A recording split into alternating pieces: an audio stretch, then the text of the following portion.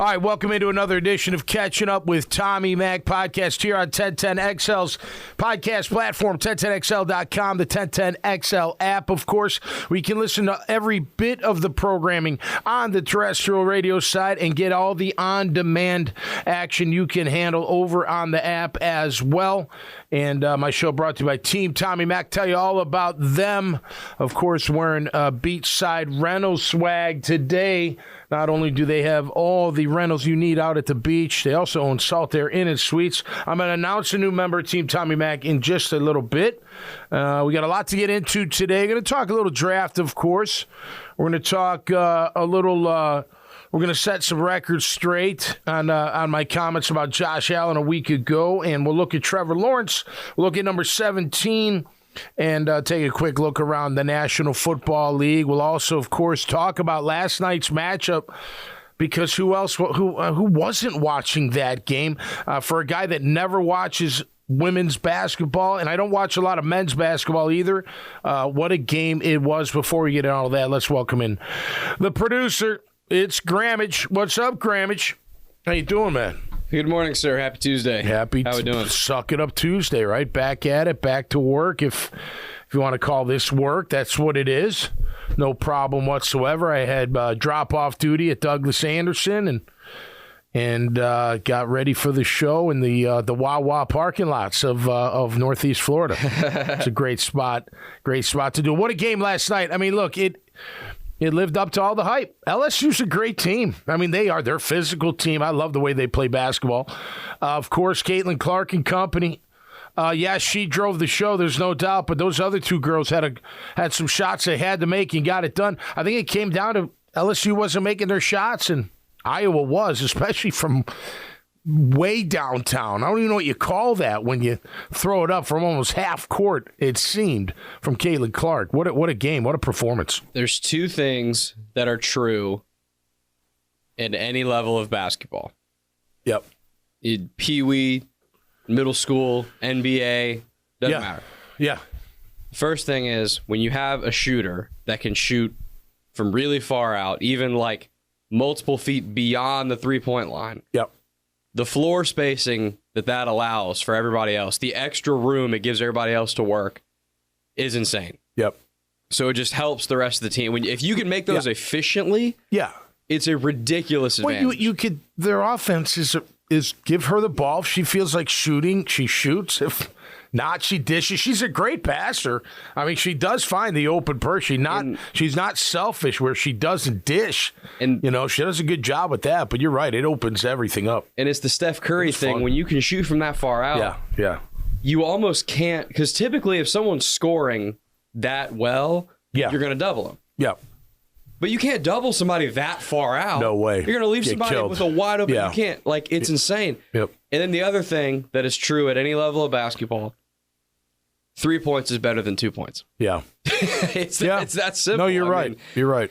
LSU, especially the first half, was scoring relatively well. They really, like you said, they really started missing in the second half. Second half they did. And Clark caught fire in his third quarter. Holy moly. 3 points is more than two, man. Yeah. If you're efficiently making 3 points, this was never really a thing for a long time in basketball because the idea that someone could be 9 of 18 throughout most of the game, until she missed her last two with 2 minutes to go. She made 4 in a row in that third quarter. That was insane. I mean, that's crazy. Yeah, from way out too. She was just throwing it up and when you can shoot threes at basically a percentage that most players shoot twos. Yeah. You're going to win the basketball game. Yeah. It's insane. I'll tell you what, again, I don't watch it hardly at all, but I was very enthralled last night. That was a great game, very physical, very intense. I did not watch UConn and USC, but it sounded like some great individual performances. UConn taking care of business there. I like the men's. I like basketball. I played basketball up through my freshman year in high school, so my 8th grade team went 28-1 throughout Chicagoland. We were phenomenal, but I just don't watch a lot of basketball. But they made me watch it last night. They meaning the two teams. I loved it. Angel Reese, tough. That ankle looked like it hurt, man. If anybody's You ever roll your ankle so bad that it feels like you break it? Yeah, I've done it a bunch of times, and it is no fun, especially if it's, now when I do it, it still hurts, but the recovery comes back quick because you're a little stretched out. You know what I mean? Those ligaments and all that, they stretch just a tiny bit to give you a little. That's why the second time you sprain your ankle, it hurts, but it's not as bad as that real first time where you feel like it went just it's like a rubber band. Yeah. You stretch it, the more you stretch it. Yeah. She toughed it out, though, man. And number 4, the girl that sings for Rock Nation, she is silky smooth, man, for LSU. Johnson, I think her last name was. Holy cow, man. That was good stuff. I enjoyed it, man. I enjoyed it. Of course, football's number 1 around here. We like all types of sports, so I think if I had to, fighting would be number 2, like boxing or MMA. I like some MMA. I don't like all of it, but I think that would be the second sport that I really like. Baseball, I'd watch baseball. Like if I lived down the street from Wrigley, I'd walk to Wrigley. I'd go to some games. I would. It's phenomenal live. Had a great time last week watching it live. Baseball is the number 1 sport to me of better live than on TV. Hockey, too, though. Hockey's intense. But the thing is, I love watching hockey on TV. Hockey might be number 2 for me because I like it when they brawl. That's the best part about hockey. And the hits are phenomenal. But I like, especially playoff hockey, I'll watch a bunch of hockey on TV and enjoy it. Yeah. Baseball, I get a little bored on TV. If it's a series, though, really if it's playoffs and it's, Game 7, then it's fun. Because every out really, like last night, like every possession mattered, man. That was big, throughout March Madness, guys' side included. Basketball is a sudden death. Basketball is a clear, too, for me. Yeah. Especially college basketball because I got my 2 teams. March Madness is great, though. I agree with that. March Madness, in my opinion, is the best postseason in all of sports. It's sudden death. That's what makes it great. That's why the playoffs in the NFL are phenomenal. It's like you win, you advance, you lose, you go home. Very simple. It's to me, March Madness is the best postseason relative to how popular the sport is besides the postseason. If that makes sense. I think with football, I think the NFL playoffs are better, but I think that's just because the NFL is better. Listen, if that makes sense. To me, every NFL game's fun to watch. Yeah, Not every college football game is fun to watch. Or basketball. Or basketball. Exactly. Like college basketball, I love it because I got 2 teams I'm really invested in, but most people, most casual fans, the interest level is pretty low until March, and then it skyrockets. Did you watch the UFL? What's up? I'm sorry to cut you off. Finish. I said it's really the only sport I feel like that's like that. Yeah. And then I guess the NBA is kind of like that. But even, I don't think the NBA playoffs have the same intrigue. No, they're too long. It's like hockey playoffs. Yeah. They take forever. Yeah. Like you're playing a whole month. Right. Did you watch the UFL? I watched a couple games. I had some change on one of them, actually. Oh, did you really? The game winner game. Okay, with the big kick, the 64-yarder? Yeah, I had money on that game. Yeah. And I won money. So I had it on. Yeah. The first game. I think it was Saturday. It was Saturday? It was Saturday. Yeah, they were both Saturday. Both Saturday. The first game was Saturday. I had it on. I watched it for a little bit. I know everyone says, there's not enough football, but is there enough football? You know what I mean? Are you going to watch all those games? There's plenty of football. If you're not in, no, I mean is there enough good football? Is the question. Well, NFL football. If it's not NFL, are you giving it a chance? And how much of a chance are you going to give it? Now, if the team's in your hometown, like if we had a team, which we don't, but just say we did, that'd be different than not have, like Birmingham. You know what I mean? I may not have an interest, but if you live in Birmingham, you'd be like, yeah, hell yeah, this is great. You kidding me? It's live football right in front of us. Some of these guys are, it's like AAA baseball. Hats off to the Jumbo Shrimp, man, packing it out over the weekend. 10,000 plus seats, this is a man. Great baseball time, man. Yeah, and you know what? It's a great atmosphere. That's a perfect example of going to a game. Yeah. As opposed to, maybe checking it out. Let's just be honest. You wouldn't watch that game on TV if it was on TV. No, I'd have no interest. But going, you're like, this is awesome. Yeah, this is really cool. Yeah. You feel the energy, you feel all of that. And, man, it's good stuff. That kicker, man. Yeah, 64 yards to win. And he hasn't kicked? Is that what the story? He hasn't attempted a field goal since high school. and then he lines up. Yeah. He's iced. He gets iced. The other coach calls timeout right as the ball is snapped. So he has a practice kick, drills it. Yeah, drilled it. Even with extra. We're like, whoa! Really? And it's like, okay, no way he's going to make it again. goes up again when it counts, drills it again. Drilled it again. And with room to spare. With room to spare. Wow. Dude, it could have been 67, 68. It was still. It wasn't like it hit the crossbar. No, right. It was like That's you could impressive, tell about man. halfway through that it was going in. Yeah. Outdoors, too, right? Are they indoors or are they outdoors? No, it was at Ford Field. Okay. Yeah. Up in Detroit. Yeah. It was the Michigan Panthers versus. Oh, yeah. Old school. Forgot the That's team. an old USFL team, isn't it? Yes. The Michigan Panthers, yeah. So it was the USFL, or Michigan something. which played last year, Yep. and the XFL, which played last year. Right. They merged combined, now, right. Which, I know, I knew that. Which is probably the only way that they're going to have enough resources to survive as a league. They too probably many have to do leagues. that. You get confused. And not enough teams in each league. That was my other problem. Is I tried my hardest to get into the XFL last year, but there were only like 8 teams. Yep. So I felt like I was watching the same game all the time. Yeah. Because there's not enough variance of teams playing each other. Yeah. So this is more teams. I think this was a good call for both leagues. You know, I got drafted by the XFL first year. Did you play in it? I went out to L.A. and went to 2 practices, and then I left. I was like, I'm not. This wasn't for you? Yeah, just not. My body wasn't feeling good. It was over, unfortunately. They probably have a lot of guys like that. Yeah. That Hey, if you can keep playing, you play.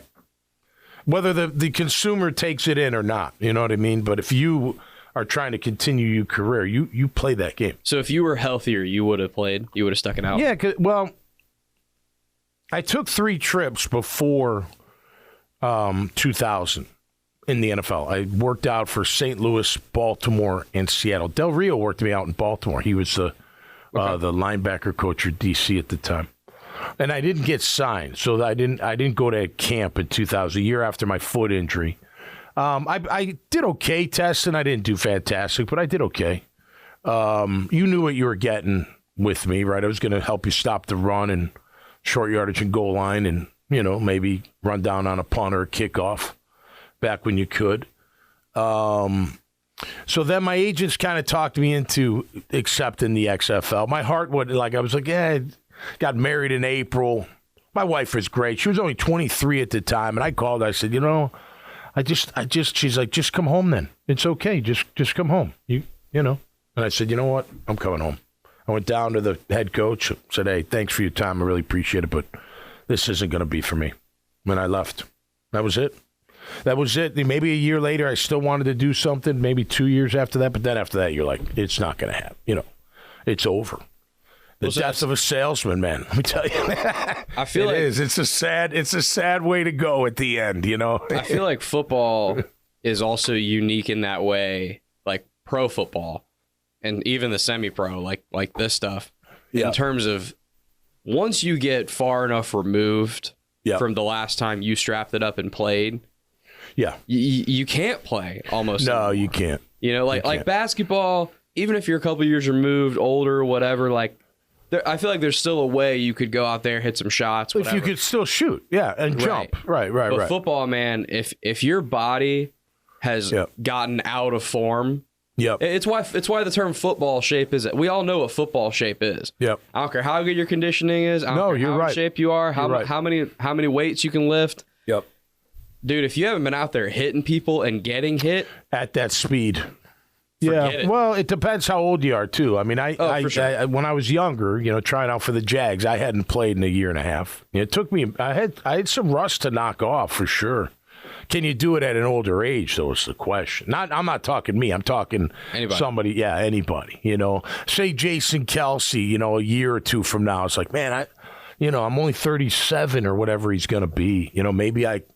He may be able to do it. Depends what kind of, if you keep at it, he hasn't had, unless I'm missing something, a lot of injuries. I don't think he's had, I'm sure he's been hurt, but he hasn't had season devastating ending. I don't think he's ever had an Achilles or an ACL. Yeah, right. I might be wrong. Yeah, I don't know. I don't recall that he played a long time, no doubt. One of the best. All right, we got just to set some records straight, because last week, I threw out there on Twitter, I threw out on here, we shared it, of course, the Josh Allen hypothetical. We got provocative. Would you, if it was presented, trade Josh Allen to either get another player or move up in the draft, whatever that case may be? I didn't say I would. Now I may do that. It depends what the offering is.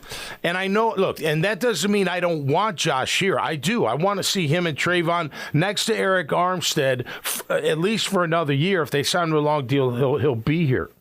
But here's a question I thought of on my ride in. So if you get this done with Josh, 5-year deal, you're going to have to pay. If Trayvon continues upward, who's to say he's not going to want to get paid after next year? Do you tell him to wait? Maybe. He's your number one pick overall. Trent Baalke's guy. I'm not saying Josh isn't, but they didn't pick Josh. But they picked Trayvon. And if he continues on this ascending climb, do you pay him? And okay, maybe you wait till after year 4. That's still 2 years into Josh's deal. Still got to pay Trevor, right? I don't know if you're going to have to load up on anybody else, but you may, depending on who you draft and how well they do. Tyson Campbell, you have a decision to make. Travis Etienne, you have a decision to make. I think these are tough decisions. Because I think they are too. They're really tough. And I know everybody, look, everybody is so hopeful that Trevor is this superstar QB, and he can be. I'm not saying he can't be. I think he can be. He's got to prove it this year. It's a big year to prove it. But a lot of fans are so, and I get it. We long for that. We long for championships. We long for, being known, throughout the National Football League as a contender. I do too. I want it for him too, right? We want it all to happen, but everyone's like, get him done, get him done. And then you're sitting there go, okay, let me just throw out a hypothetical. Okay. What if Trevor has the same kind of year he had last year in 2024? Injuries happen, things, whatever. It's the same thing. He's dropping the ball. He's missing some reads. He's making some good plays. Obviously, makes some phenomenal plays. He's shown that time and time again. But what if he doesn't? Are you just saying, you know what? It doesn't matter. He's our guy, and we live and die by him. And, he's shown enough that even if he is just okay, he's still our, franchise QB. Or do you need him? Do you need to see more before you can flat out say, yeah, long term, 10 years from now, if he stays healthy, 5 years from now, Trevor Lawrence is our guy, and we are a playoff contender most of the time, more times than we are not. You know what I mean? Like, we don't, that's it, Tyson Campbell on a smaller level. Like, what are you going to get next year? I want nothing but the best for these guys. That they get paid, they have long careers, they have successful careers. But you can't just be like, yeah, extend him because he's one of our guys. And it's a shame because if Tyson doesn't get hurt, does he have a better year? If Trevor doesn't get hurt, does he have a better year? Now, look, you can combat the knee injury. He came back that next week and had a phenomenal game against New Orleans. Did it affect him? Sure, it affected him. Getting stepped on his ankle, I'm sure that hurt wicked bad, right? That had to affect his mobility, but he still ran around okay. The head came late, and the shoulder came real late. When he was diving for the first down. And the head injury came, week 15? Somewhere on that. So it wasn't like the whole year he was injured. He got injured more towards the end of the year. Listen, again, he shows glimpses of being that phenomenal quarterback. He does. But he doesn't show it consistently enough for where I'm going to sit there and be like, yeah, just load up, pay him, lock him in. If he ends up being just okay, it's okay. You know what I mean? I'm not there. I think a lot of people out there are. I'm sure the team's talking about it. But if you're the team, are you ready to give him, max dollar amount? 40, 50 mil a year?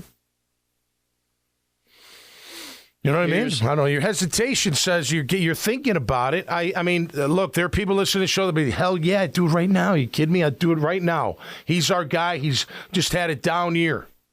And I know the injury. Well, the fumbles had nothing to do with the injuries. The 21 takeaways, I don't think, had a lot to do with the injuries, but whatever. He did suffer some injuries. And if I'm going to give it to Tyson Campbell, I'm going to give it to Trevor. If he doesn't get injured, does he play better? I believe he would, maybe to a certain degree. The Kirk injury hurt more than anything, I think, to the offense overall. But he's still, again, there's not enough consistency in his game to where you flat out just give him that max deal. The other thing I struggle with is if they miss the playoffs again this coming season. Because if Trevor has a similar season, that probably means the team is going to have a similar season. Yep. More than likely. If they miss the playoffs again, will Doug Peterson be the coach the following year? And will Trent Baalke be the general manager the following year? I think Peterson's got a better chance just because what would that be, year 3 then? Yeah. I do too, but what do you typically see when a new GM comes in? They want their guy. They want their guy. They want a clean slate. They want to reset. Yeah. So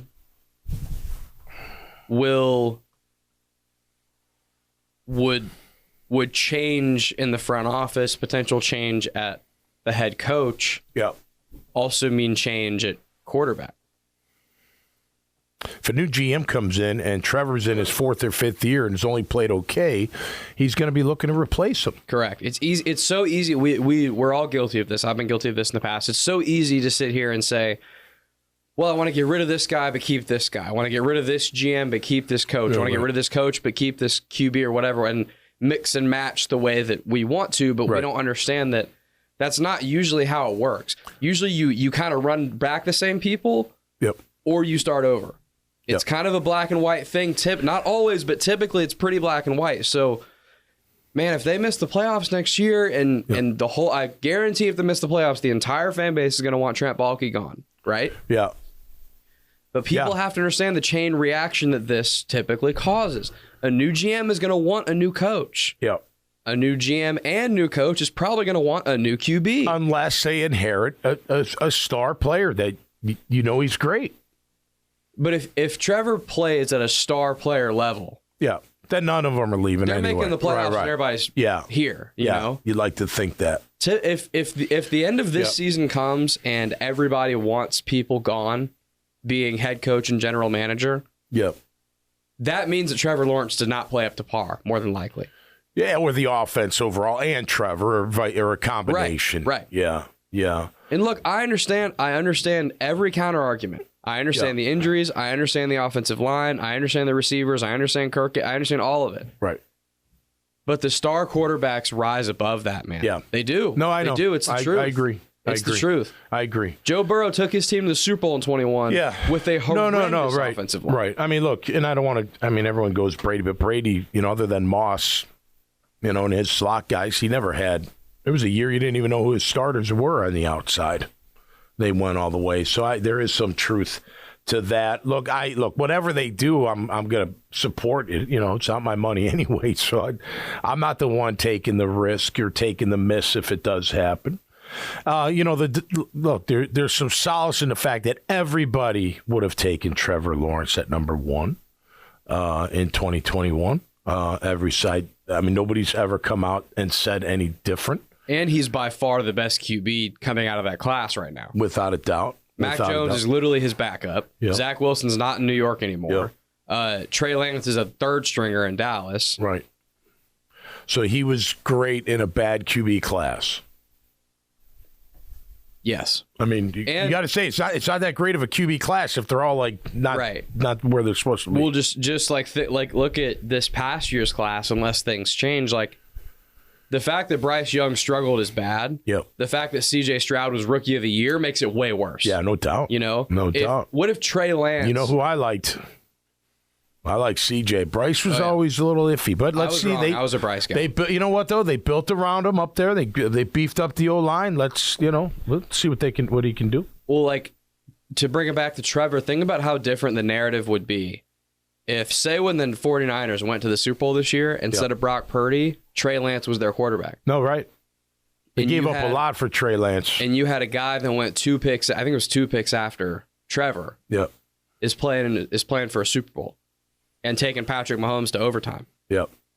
When Trevor, the furthest he's been is the second round, and that was one. He's only been in the playoffs one out of 3 seasons. Yeah. Now, I understand the Niners are a better roster. I get all that. But the narrative's much different if there's quarterbacks behind you. Think about the first season when Mac Jones was playing really well. Right. That was a big thing, is why the hell is Mac Jones producing and Trevor can't? Right. Well, and it's funny. Nobody's changed, of course. But it depends on the narrative, right? Nobody gives Mac Jones any benefit of the doubt, right? But he had what? He had McDaniels his first year. McDaniels leaves.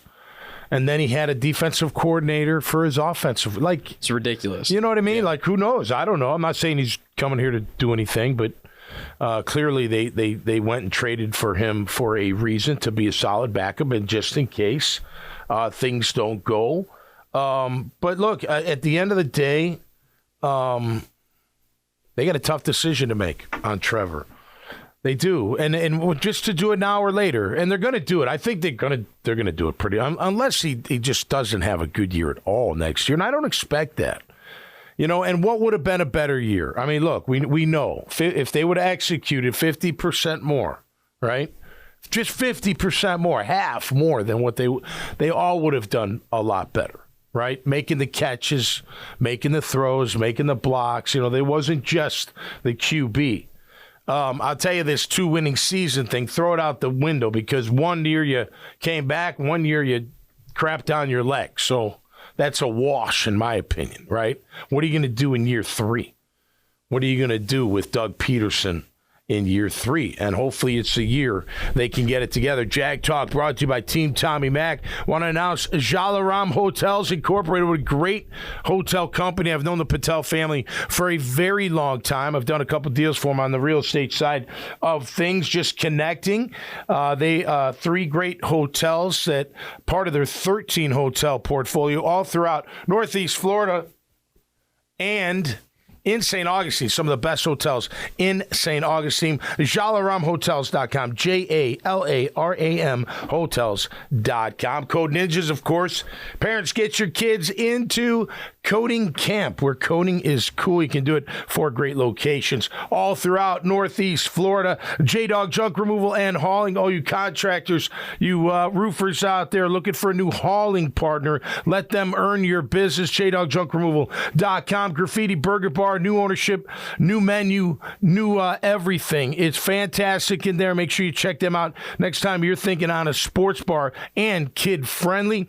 Solomon Ventures right there on Art Museum Drive and Atlantic Boulevard. Home goods, indoor, outdoor, and everything in between at less than wholesale prices. Carpet Man Flooring, LVP.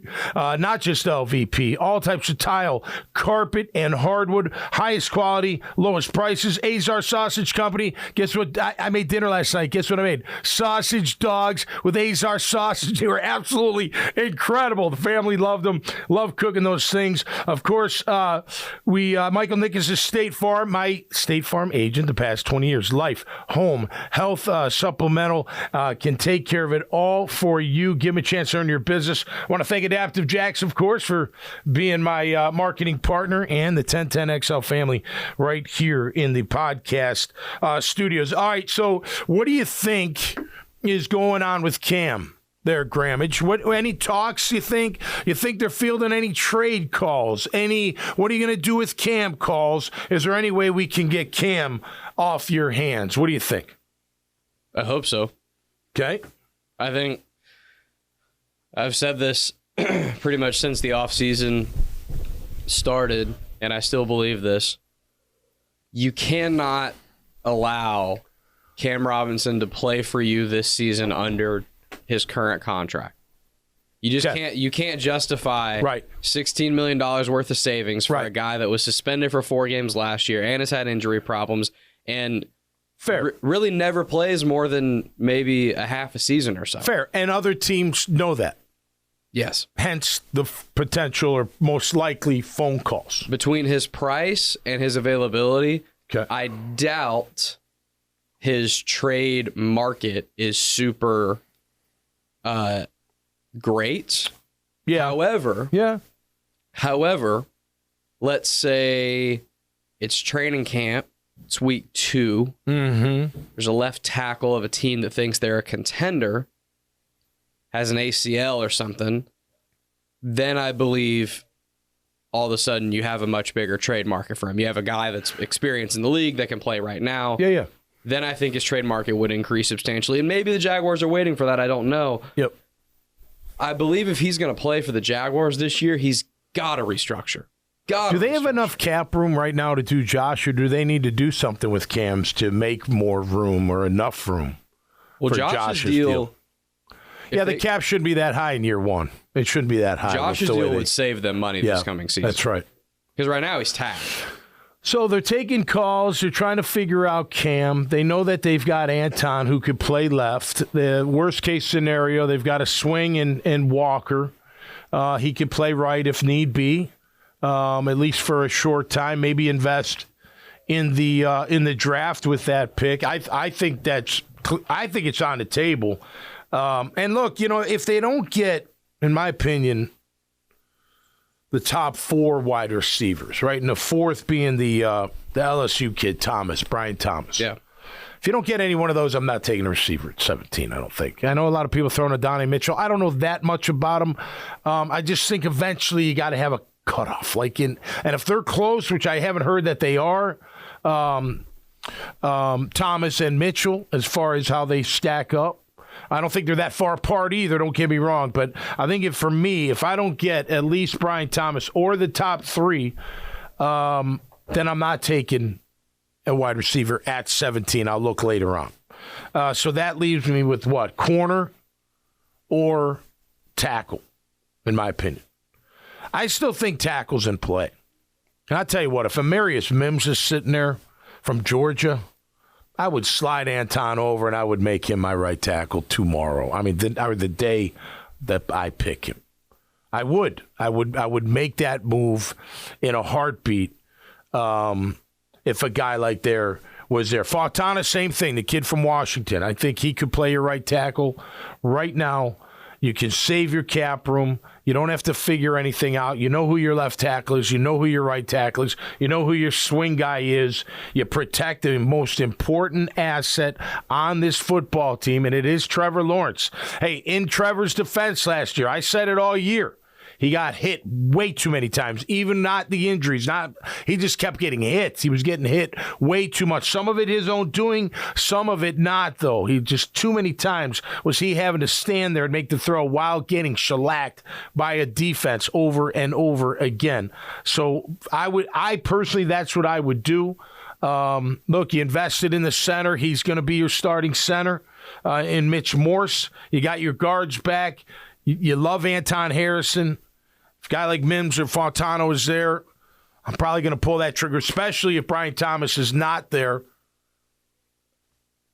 I don't think, I don't think the top corners are going to be there at 17. I don't think the Mitchell kid from Toledo is going to be there. Nate Wiggins might be there, but I don't know if that's a consensus great pick right there, for your defense. So I do like reading this kid out of, it's funny, we haven't talked about, I know other shows talked about a kid out of Iowa, DeJean. I didn't realize he was as big as he is. He's a pretty big corner, very physical. And when you watch him now, look, it's highlights, so you got to keep that in perspective. But when you read the scouting report that he can run with any wide receiver, I mean, that may be a reach at 17. I don't know. Last year we moved back and, did all right. Maybe we do it again. But he's a kid you got to keep your eye on, I think. And then edge. What if one of the edges are sitting? What if Chop is from Penn State sitting there? The kid, I tell you what, if the kid from UCLA is sitting there, I may have to pull the trigger on that one. Latu, he can move, man, and it's a big fella, and he gets to the QB. And then you figure out Josh. I know.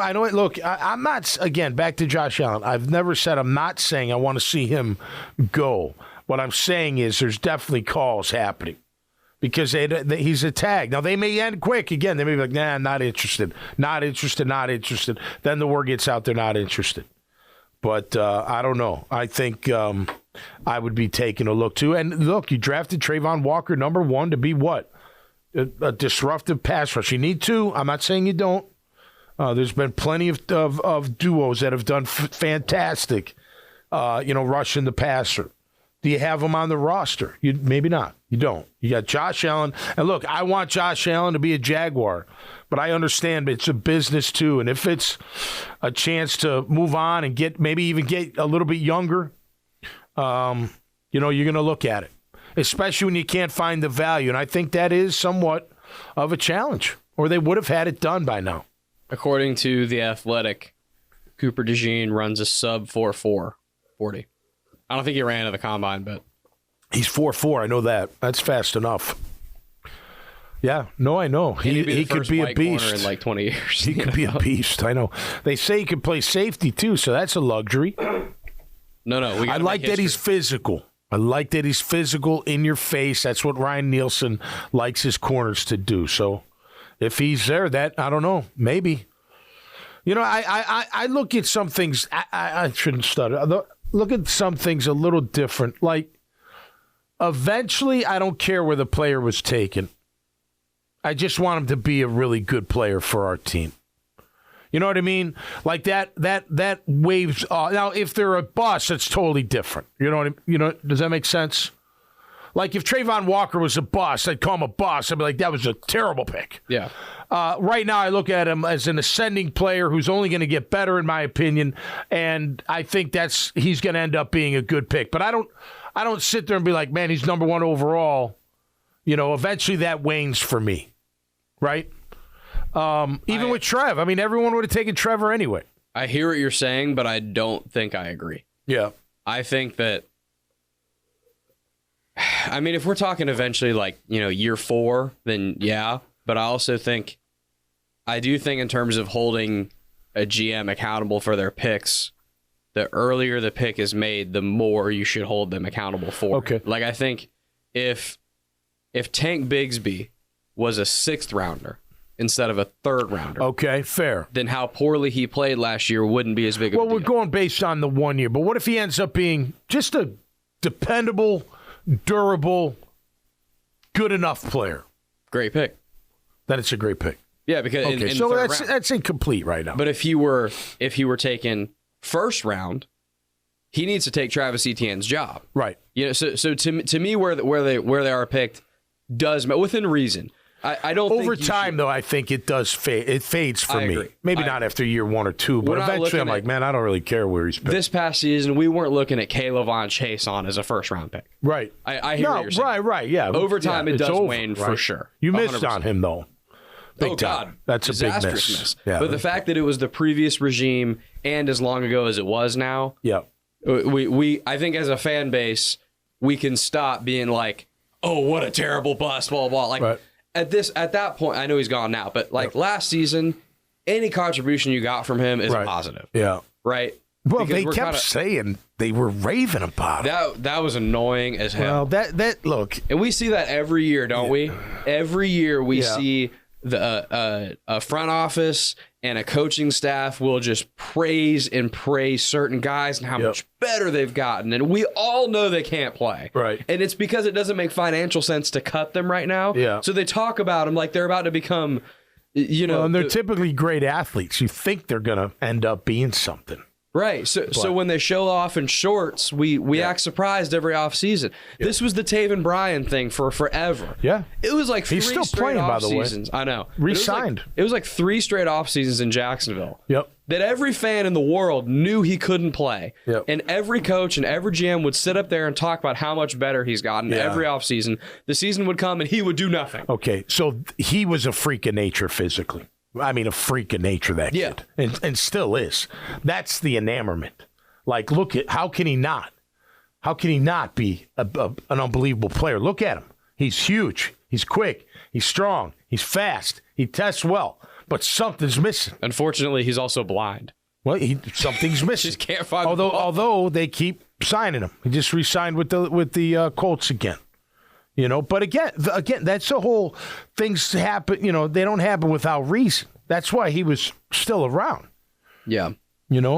But to your previous point, to the point of this whole thing, by year 4 of Taven Bryan, I wasn't like, oh, 1st round pick. Right. It was like, whatever. Just give me something, please. I look at Walker. I don't sit there and be like, man, he was a 2nd round pick. I just sit there and be like, man, Just I hope you could be, consistent, productive player. And if the role is swing, fill in when needed, that's fine. Good. That's a good asset to have. And I'm probably going to need that at some point. Right. It's very rare that, especially with the 17-game schedule, it's very rare my 2 starting tackles are going to play every single game. Yeah. So having a nice swing tackle that I believe in, it's valuable. I agree with you there. It depends on the player what year we're talking. Yeah. Right? Like 3 years from now, Travis Etienne isn't all Pro Bowler, but he's productive. We're not going to be like, man, we shouldn't, we're like, great. He was great for us. Helped us win games. At the end of the day, that's all that matters, right? Regardless of where you're drafted. Look, there's like everything else in the world, right? It's somewhere in the middle. You know what I mean? Like somewhere, yeah. Well, it's not dissimilar from the value versus need conversation. Yeah. Like you can't go black and white, one or the other. It's both. It's a puzzle that you're mixing and matching and finding the right pieces for. Yep. Coach Campo has literally said this on the air, and he said this in this room during his podcast, Campo and Joe. He's literally said, like, his problem that he's had with Balky over the years is Balky will say, we took this guy because he was the highest on our board. But Coach Campo has said that when we were doing things, we had our board, but every pick, we had like 3 to 4 guys that we were happy with taking. Right.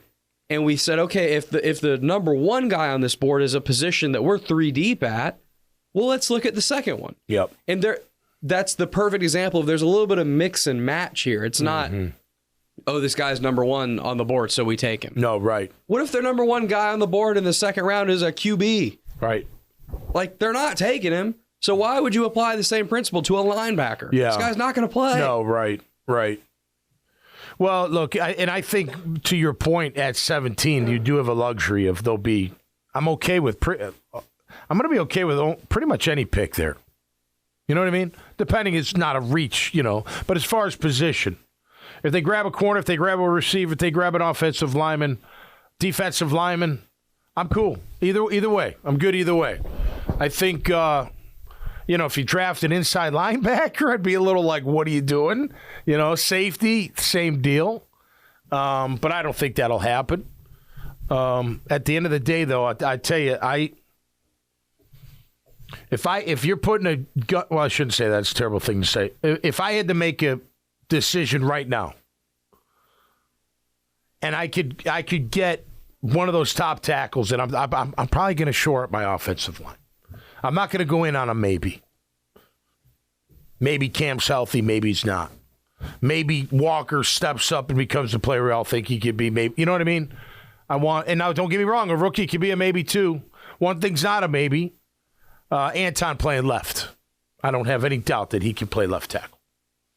So to me, if there's a stud right tackle sitting there, I like Mims. That kid's unbelievable. His scouting report, his tape. I don't watch his tape, but his highlights. He's athletic, big, hurt you, maul you, get some nasty onto that offensive line. I'd be okay with that because, as we all know, it doesn't matter how many great skill positions you have on your team. If you can't block the defense and give your QB enough time to make those throws and put it in the right spot at the right time, you're not going to have shit. I mean, it's just not going to happen.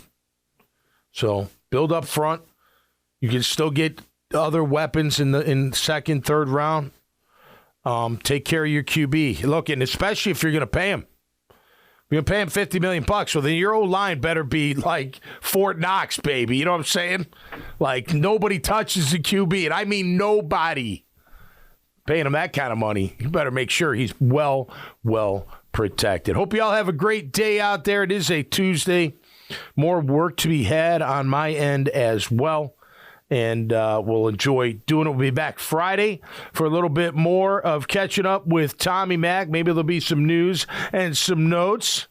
Of course, I'll be joining Jaguars today with Mike Dempsey and Fat Tony in Pockets, 10 o'clock to 12 noon on Friday. Congratulations to Helmets and Heels and the ladies taking over 12 to 2 here on 1010XL. I hope you all enjoy that. I want to thank Team Tommy Mac and all the great sponsors.